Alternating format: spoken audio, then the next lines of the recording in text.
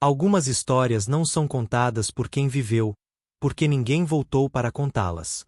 Esta é uma dessas histórias. Um lugar que não devia existir, uma presença que não devia respirar. Mas respirava. Sempre à espera de novos corpos para arrastar. No reservatório de Castanhal, onde a água espelha o céu como uma lente turva, uma ilha surgia em tempos de seca. E 3 amigos resolveram ignorar todos os sinais. O som do motor do barco quebrou o silêncio espesso da represa.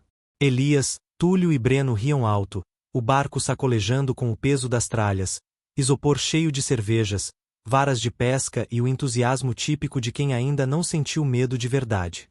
O céu estava coberto por nuvens pesadas, um cinza profundo que parecia esmagar o horizonte. A ilha surgiu aos poucos, como se emergisse com relutância. Não era um monte de terra qualquer. Era branca, como ossos deixados ao sol, coberta de pedras irregulares e secas, com uma aparência ressequida e estranhamente limpa. E, no entanto, havia algo errado. Nenhum som. Nenhum pássaro riscando o céu. Nem o zumbido de um inseto. Até mesmo o vento, constante na represa, parecia ter sido arrancado dali. Que porra de silêncio, hein? Comentou Túlio, forçando um riso. O som da própria voz pareceu pequeno demais. Montaram acampamento entre 2 árvores secas, seus galhos retorcidos parecendo mãos contorcidas em súplica. A terra era dura e oca. Parecia vibrar levemente sob as solas das botas, mas ninguém quis comentar. Foi Breno quem notou primeiro a cruz. Ela estava fincada numa parte mais elevada, feita com pedras cinzentas que pareciam brilhar de maneira opaca. No centro, incrustado com força, havia um anzol grande, antigo, enferrujado. Elias se afastou, visivelmente desconfortável, mas Túlio deu risada. É só algum pescador querendo fazer gracinha. Deve ter perdido peixe demais aqui. Com um gesto descuidado, arrancou o anzol da cruz. O vento voltou de repente. Mas não fresco, era morno, pegajoso, como a respiração de algo enterrado. A luz mudou. O céu ainda estava claro, mas a ilha escureceu como se algo pairasse sobre ela. Uma sombra sem forma, sem corpo, mas com intenção. Tá cedo para escurecer assim, não tá? Breno murmurou. A água da represa ficou imóvel. Nem uma onda. Nem um som. E, à margem da ilha, onde o barco estava amarrado, algo pareceu se mexer na água. Pequeno. Discreto. Como se algo apenas tivesse dado um primeiro passo. E a ilha, silenciosa, parecia estar esperando. A manhã nasceu com o som abafado da água tocando as pedras. Mas era só isso. Nenhum pássaro, nenhum sinal de vida. O céu ainda estava nublado, a luz parecia filtrada por uma película opaca. A ilha continuava ali, imóvel, e, ao mesmo tempo, diferente.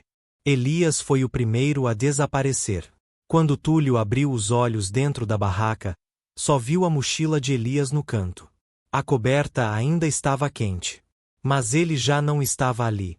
Deve ter ido mijar, resmungou, tentando afastar o peso do sono. Mas alguma coisa não estava certa. Ele sentia isso na pele, no cheiro do ar, no silêncio espesso. Chamaram por Elias. Gritaram seu nome pelas margens. Nenhuma resposta. Nenhuma movimentação. Breno encontrou pegadas na terra, afundadas, frescas, que iam até o interior da ilha, mas desapareciam a poucos metros adiante. Como se ele tivesse sido engolido pela própria terra. Passaram o dia andando em círculos, com a sensação crescente de que estavam sendo observados. Túlio esfregava os olhos com frequência. Dizia que as árvores tinham mudado de lugar. Que havia uma pedra perto do acampamento que, de repente, sumira. A gente não tá mais no lugar de antes, sussurrou Breno, com a voz embargada. O sol, quando se punha, parecia mais longe do que antes. E o barco que estava bem amarrado à margem, simplesmente havia sumido. Não havia sinal de que tivesse se soltado. Nem corda, nem rastro de água remexida. Quando a noite caiu, foi diferente da anterior. Era como se a escuridão tivesse peso. Ela se espalhava feito um líquido espesso, cobrindo tudo com um véu sufocante. A lanterna tremia na mão de Túlio. Breno, encolhido na beira da barraca, suava frio apesar do vento gelado que agora cortava o ar. Foi então que ouviram. Primeiro, um estalo seco, como uma linha de pesca sendo puxada com violência. Depois, mais longe, o som inconfundível de uma vara sendo lançada, aquele assobio cortante do ar rompido. Mas era longe demais. Do outro lado da ilha, talvez. Ou acima. E, em seguida, algo mais denso. O arrastar de uma rede pesada sendo puxada por entre pedras e terra seca. Ritmado. Determinado. Túlio e Breno congelaram. Não conseguiam identificar de onde vinha. À esquerda. Atrás deles? No céu? Isso tá errado, disse Breno, a voz quase infantil. O som da rede parou de repente. Mas o silêncio que se seguiu era pior. Era como se algo tivesse percebido que eles escutavam. No centro da ilha, havia uma leve névoa agora. Um vapor que parecia brotar da terra. E eles sabiam, sem dizer em voz alta, que Elias não tinha simplesmente se perdido. A ilha estava crescendo. A madrugada desceu com uma lentidão cruel. As horas pareciam não passar. Túlio cochilava em espasmos, sempre acordando com sobressaltos.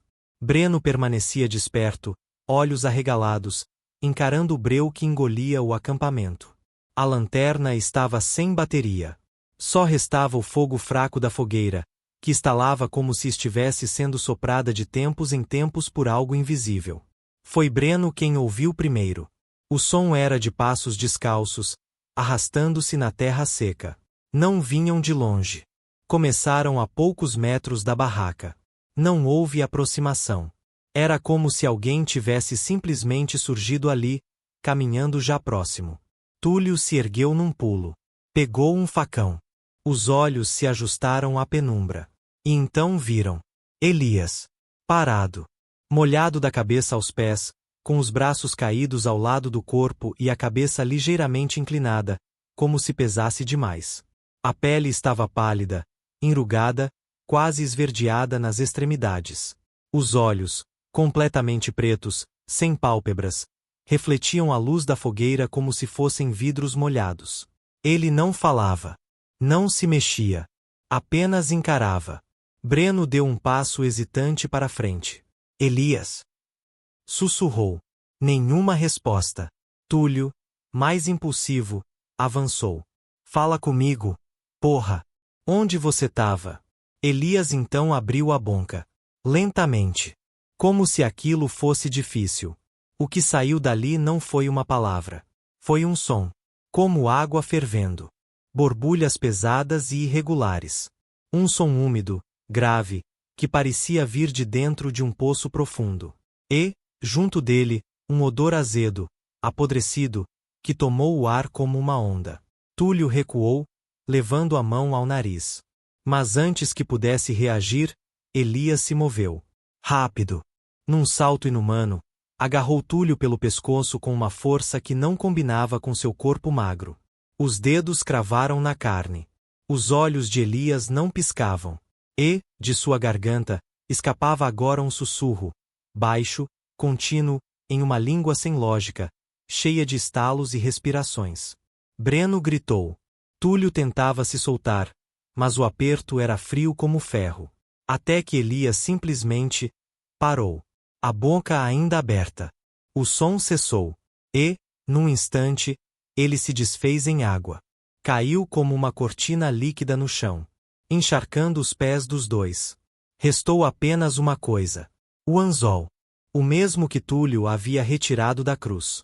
Agora estava cravado em seu pescoço, preso como um colar. Como uma marca. Breno não falou nada. Túlio também não. Eles sabiam que Elias não tinha voltado. Aquilo não era mais ele. As horas seguintes foram um borrão de silêncio e angústia. Túlio não conseguia tirar o anzol do pescoço. Puxou, arranhou, tentou cortar a linha que o prendia. Mas cada tentativa parecia fazer com que ele afundasse mais na carne. O metal estava quente, pulsando com uma vida própria, como se tivesse raízes dentro dele.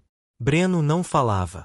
Sentado na entrada da barraca, olhava fixamente para o centro da ilha, como se enxergasse algo que o outro não via. Os olhos não piscavam. As mãos tremiam. O rosto estava sujo, mas não de terra. Havia manchas finas, quase escamas, que pareciam brilhar por baixo da pele. A barraca foi abandonada ao amanhecer. Não havia mais onde se abrigar. O ar estava denso, úmido, e tinha um gosto de ferro. Eles caminharam. Mas tudo parecia errado. Onde havia pedras no dia anterior, agora havia água rasa. Onde havia árvores secas, surgiram formações rochosas curvas, como costelas enterradas no chão. O espaço se movia atrás deles, sem fazer barulho, alterando caminhos e apagando rastros. As pegadas sumiam segundos depois de serem feitas. O barco havia sumido, como se nunca tivesse existido. Breno parou de andar. Seus pés estavam pesados demais. Quando tentou se mover, notou que estavam enterrados até os tornozelos. A princípio, pensou que era lama. Mas não. Era a terra, firme, apertando como mãos. A vegetação rasteira havia se enroscado em seus calcanhares como serpentes nervosas.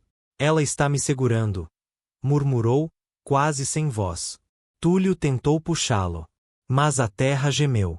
Um som profundo, grave, como um suspiro vindo do fundo da represa. O chão pulsou. Literalmente. Como se sob a ilha existisse um coração, batendo em um ritmo doentio. E aquele pulsar fazia vibrar a água nas margens, as pedras nos caminhos, até o ar ao redor. Breno olhou para o centro da ilha. Lá, onde antes havia apenas uma cruz de pedra, agora havia um altar. Alto. Feito de ossos. Peixes empalados com olhos humanos presos às órbitas. E algo, pendurado por ganchos, como oferenda. Do alto, uma linha invisível descia do céu, e fazia o altar vibrar. Um som de vara de pesca sendo puxada, como se algo acima, longe demais para se ver, estivesse recolhendo o que havia sido fisgado. O céu estava limpo, mas sem sol.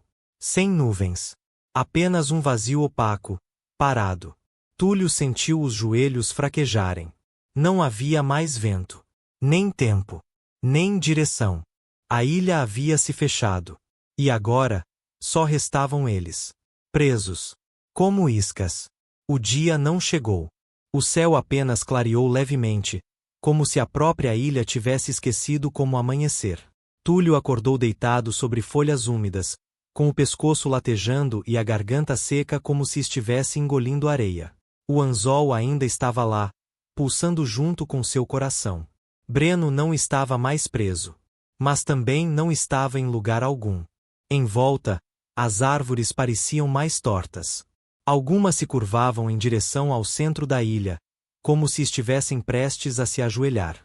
Outras, secas como ossos, tinham fios de nylon pendurados nos galhos, com olhos de peixe costurados como amuletos. Túlio cambaleou até o altar. A cruz agora era parte dele. Absorvida. Fundida com escamas, ossos, ganchos e crânios pequenos demais para serem de animais. O altar respirava. Inchava e esvaziava como pulmões ocultos sob a pedra. E então ele viu Elias, deitado ao lado da estrutura. Não mais molhado, mas seco. Muito seco. Como se seu corpo tivesse sido sugado de dentro para fora. A pele grudada nos ossos. Os olhos sumidos. Apenas a boca entreaberta, com a linha de pesca ainda presa nos dentes. Uma voz que não era voz ecoou, surgindo de todos os lados. Era grave. Arrastada. Antiga. A ilha não se move, ela caça. Dorme na cheia, desperta na seca. E o anzol é sua língua. Túlio caiu de joelhos. Seu corpo doía. Sentia-se febril, mas não com calor. Era um frio profundo, vindo de dentro, das vísceras, como se fosse feito de água que parou de correr há décadas. Ao seu lado, algo emergiu da terra. Devagar. Primeiro uma mão. Depois um braço, escamoso, coberto de musgo, segurando uma vara de pesca feita de ossos. Era Breno. Mas não era mais. A pele estava cinza, os olhos totalmente brancos. O rosto calmo, como quem finalmente entende algo que outros jamais compreenderão. Ele sussurrou: a ilha não aceita silêncio vazio. Ela quer ecos. Vozes que afundem nela. Histórias sem volta. Túlio tentou fugir. Mas os pés estavam enterrados. Dessa vez, até os joelhos. Sentiu a linha invisível subir por sua espinha, puxando devagar. Uma tensão sutil, que apertava como promessa. O anzol no pescoço se moveu sozinho, girando como se procurasse um ponto mais profundo. Então, tudo se apagou. Não com escuridão, mas com água. Era como cair de volta ao ventre do mundo. 2 dias depois, um velho pescador de Castanhal encontrou um barco à deriva, a mais de 4 quilômetros da ilha, ou onde ela costumava surgir. Dentro, apenas um celular, gravando em loop. Na tela, a imagem trêmula de Túlio, coberto de lama, olhos arregalados, encarando a câmera como se falasse com alguém que nunca entenderia. A voz era rouca, mas constante, repetindo sem parar. A ilha fisga quem se afasta do cardume, ela precisa de silêncio, precisa de corpos. A gravação caiu, e o celular girou, captando por um segundo a água escura refletindo o rosto de Elias, agora com olhos totalmente pretos, parado na margem. Atrás dele, algo respirava. Grande demais para se ver. Mas o reflexo pulsava. E sumiu. Hoje, dizem que quando a represa seca, aparecem pegadas em espiral perto da margem. Uma cruz de pedra, coberta de escamas. E, às vezes, no fim da tarde, o som de uma vara de pesca sendo lançada, vindo do meio da água, onde não há mais nada. Nada além do eco.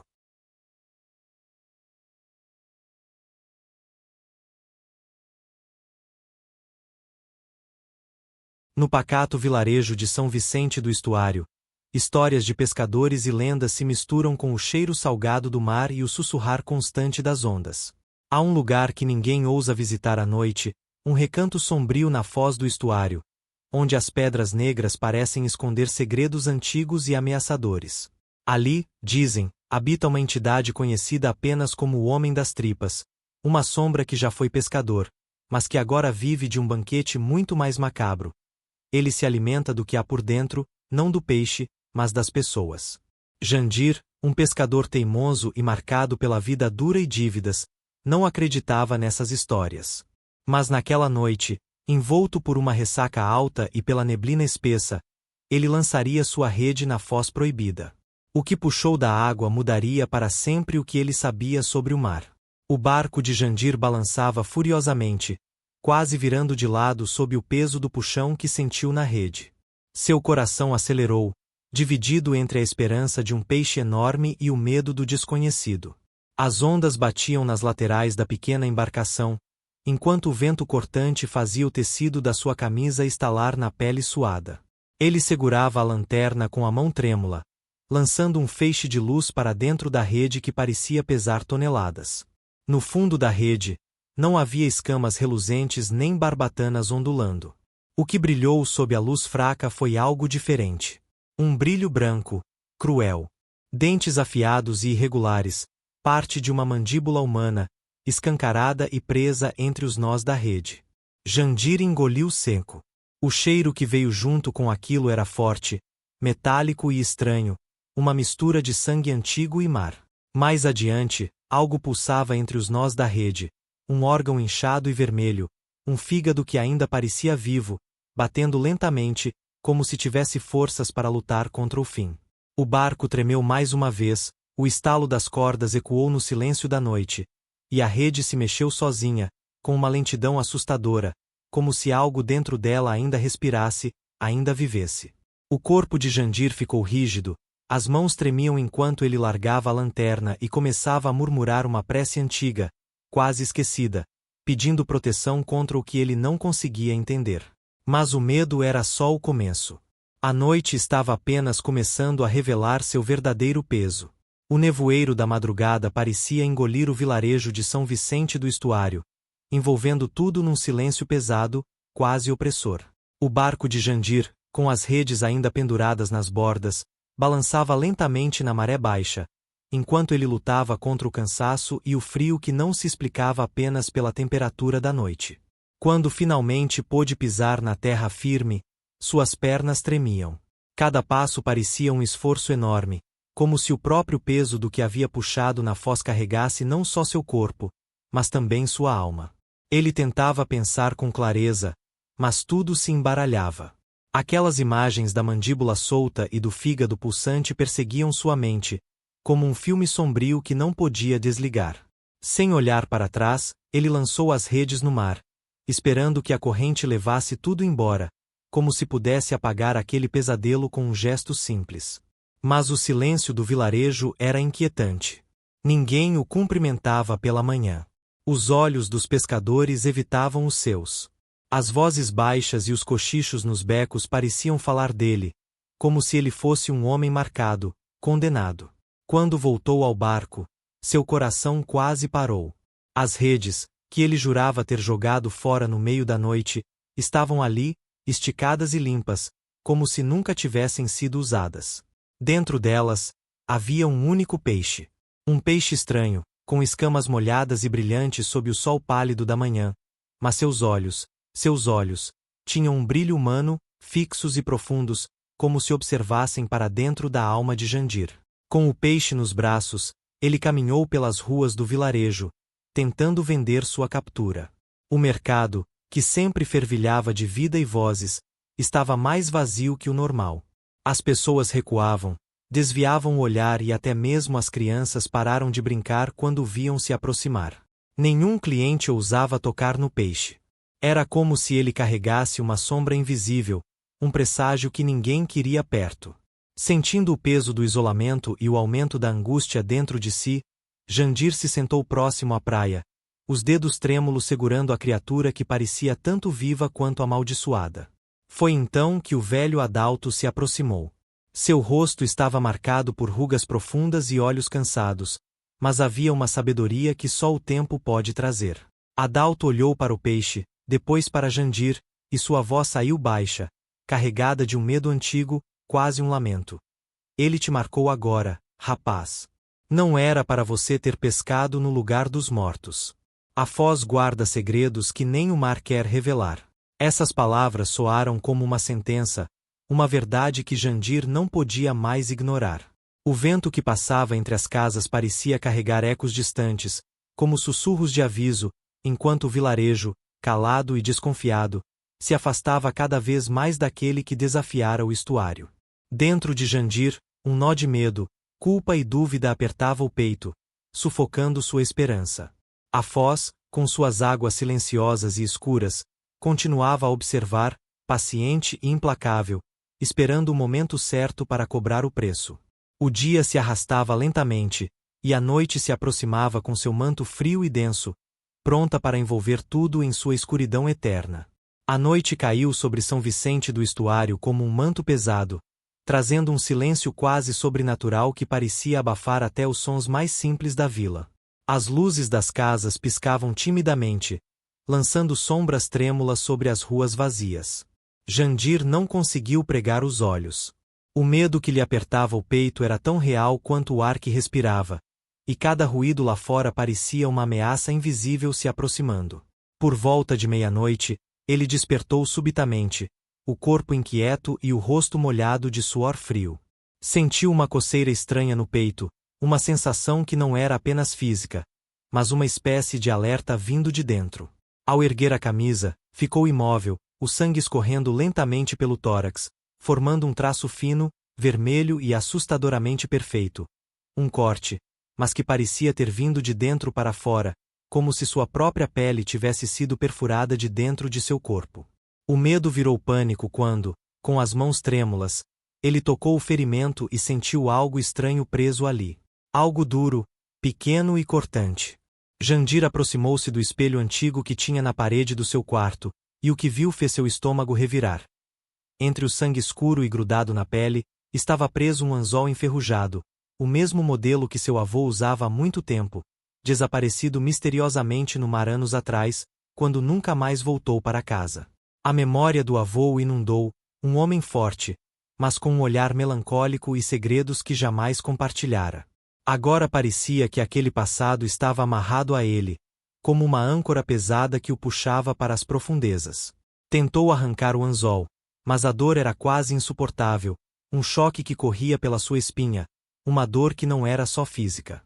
Ele sentiu como se algo dentro dele estivesse acordando, algo antigo, sombrio, que precisava de alimento.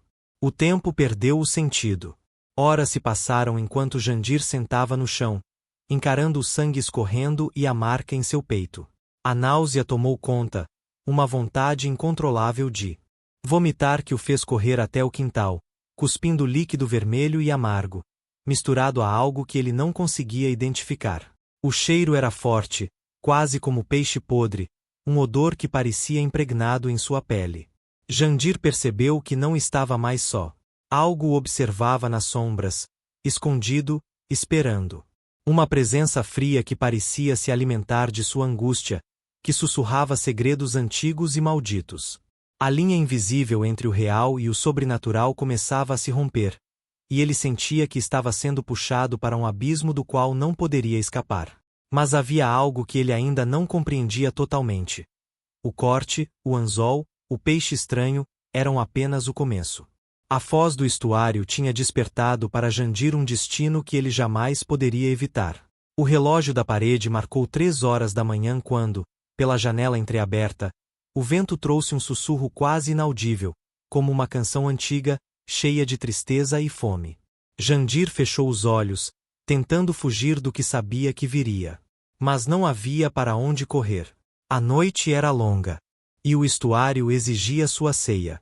Os primeiros raios pálidos da manhã mal conseguiam atravessar a neblina densa que envolvia o vilarejo de São Vicente do Estuário.